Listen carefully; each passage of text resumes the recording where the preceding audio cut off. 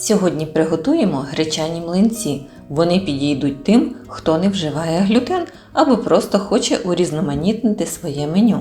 Насправді це не якась заміна звичайним млинцям, а окрема дуже смачна страва. І готуються вони значно простіше, ніж може здатися. В миску всипаю 400 г зеленої гречки та заливаю її холодною водою. Накриваю рушником або кришкою та залишаю на всю ніч. Якщо часу небагато, то достатньо хоча б 6 годин, аби гречка набухла. Зранку гречка вже добре набухла.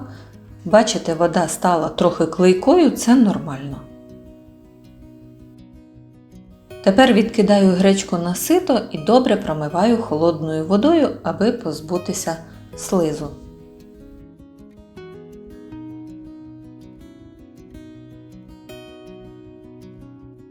Покажу ближче, крупинки стали м'якими і легко розтираються між пальцями. Саме так і має бути. Ще для млинців мені знадобиться 2 склянки води, приблизно пів-літри. Також знадобиться 3 яйця. До гречки вбиваю 3 яйця. Додаю чайну ложечку солі. 1 столову ложку олії, у мене оливкова, та вливаю половину води. Тепер потрібно все добре перебити блендером. Чим краще подрібниться гречка, тим еластичніші будуть готові млинці. Поступово доливаю решту води і контролюю консистенцію. Ще раз перемішую і тісто готове. Сковорідку змащую буквально краплею олії і можна смажити. Ці млинці виходять тонкими, м'якими і досить еластичними. Вони не мають різкого гречаного смаку, лише легкий, ледь помітний аромат.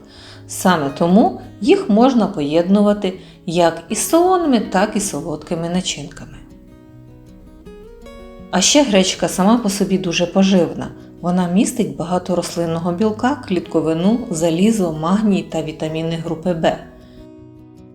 Такі млинці добре насичують, але при цьому не залишають відчуття важкості. Оскільки в цих млинцях використовується цільна крупа, а не борошно, у ній зберігається більше корисних речовин. Ну і звісно, гречка не містить глютену, тому для багатьох це ще чудова альтернатива звичайним млинцям. Далі покажу вам мої 3 найулюбленіші начинки, які я використовую з цими млинцями. Перша начинка м'ясна.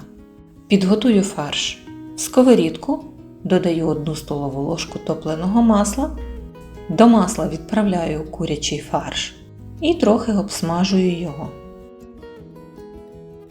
Потім додаю нарізану кубиком цибулю.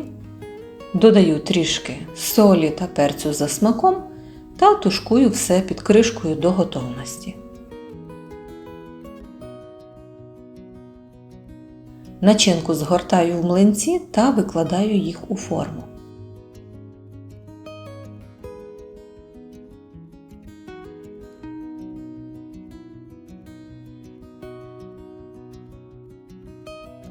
Зверху додаю засмажку з цибулі та моркви, посипаю трішки кунжутом і відправляю їх запікатися.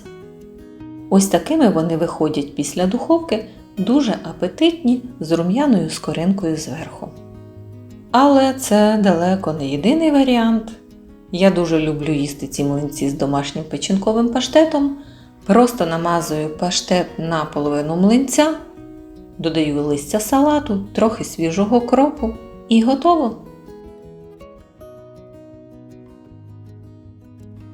А ще дуже смачно з тушкованими яблуками та корицею. Я готую їх сама, без цукру, тому виходить легка і натуральна солодка начинка. Ось такі начинки найчастіше я готую. Хотіла би попросити вас написати в коментарях, з чим ви любите гречані млинці або які цікаві начинки могли б порадити. Якщо рецепт вам сподобався, обов'язково приготуйте. Думаю, ці млинці точно займуть своє місце у вашому меню.